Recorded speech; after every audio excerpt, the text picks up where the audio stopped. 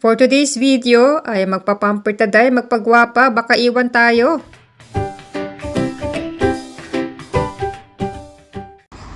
Time check, 9:15 in the morning. Good morning, good afternoon, and good evening sa inyong lahat. Nakapag-almusal na ba? Anong almusal nyo dyan? So ako'y naglalakad, papunta tayo sa hair salon, magpapa-beauty taday para gumanda. Char!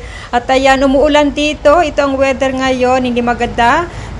Nag-commute lang pala tayo ngayon at nag-bus tayo papunta dito kasi yung driver ko susunduin niya si Bunso. So 9:30 ang aking appointment at nandito na tayo sa harap ng beauty salon. So ito yung harap ng Oxygen Salon. So papasok na tayo. Fast forward, nandito na tayo sa loob, nakaupo. So tiningnan na ako ng hairstylist. So ang ipapagawa ko pala ngayon, magpapakulay ako tsaka magpa-hair conditioner. Bago nila ako kulayan, kahapon nagpunta na rin ako dito para i-check, nag-patch test para sa dye kung allergy ba ako hindi. At chinek nila kahapon yung buhok ko, mayroon pang consultation ha. So ganun sila talaga dito guys, saka wala, dito sa salon na ito, hindi ka pwedeng mag-walk-in, talagang mag-book ka bago ka sasalang dyan sa salon nila. So meron siyang nilagay na small amount na dye sa likod ng aking tenga. So, hindi naman kumati, kaya nag-go na ako nitong umaga. So, meron pala silang free coffee, biscuit, habang naghihintay.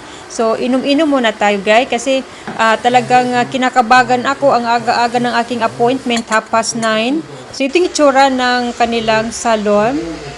Ayan, meron silang mga paninda dyan, pang beauty para sa buhok. So, ayan ako naghihintay, pa-coffee-coffee na lang muna tayo, relax, tapos basa-basa ng magazine ba. Kasi off tayo ngayon, kaya i-treat natin ang sarili, kahit wala tayong Valentine's Day, kasi may pasok tayo, kaya i-treat ko na lang ang aking sarili dito sa salon na ito. So, ito na yung tsura natin.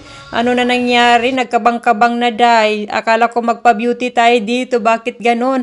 Ay nakulangan pala si ate ng kulay kaya nagtimpla siya ulit ng pangkulay ng buhok ko. So yan yung labas. So dito lang yan sa may Main Street. At madali lang itong hanapin. Ang pangalan ay Oxygen. So yan. At ito na-complete na rin. At yan na. Nakulayan na lahat. So, hintayin natin bago maluto yung buhok natin, dahil. Kaya nga minsan ayaw kong hair done kasi nga ang tagal-tagal sa salon. Pero today, kailangan talaga kasi may dinner kami tomorrow. So, ayan, relax na lang tayo. Hindi tayo magpapa-stress sa sarili. At tada, ito na yung ating buhok for today. So, ang ganda.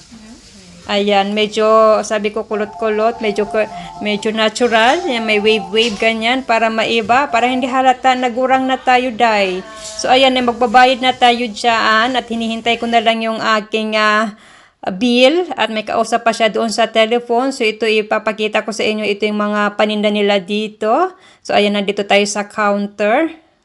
Hindi na lang pala ako nagpagupit. Ang ginawa na lang pala sa akin yung permanent color tsaka yung hair conditioning, parang pampalambot sa buhok. So, bali ang total lahat na binayaran ko is 160 euro.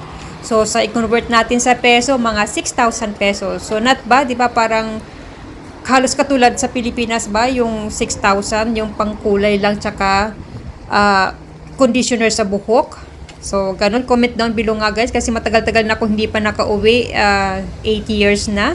So, ito na ang itsura natin at balutan natin ang buhok kasi maambon-ambon. Ayokong magkalag na, tayo kong magkasipon. So, ayan, thank you so much sa Oxygen staff.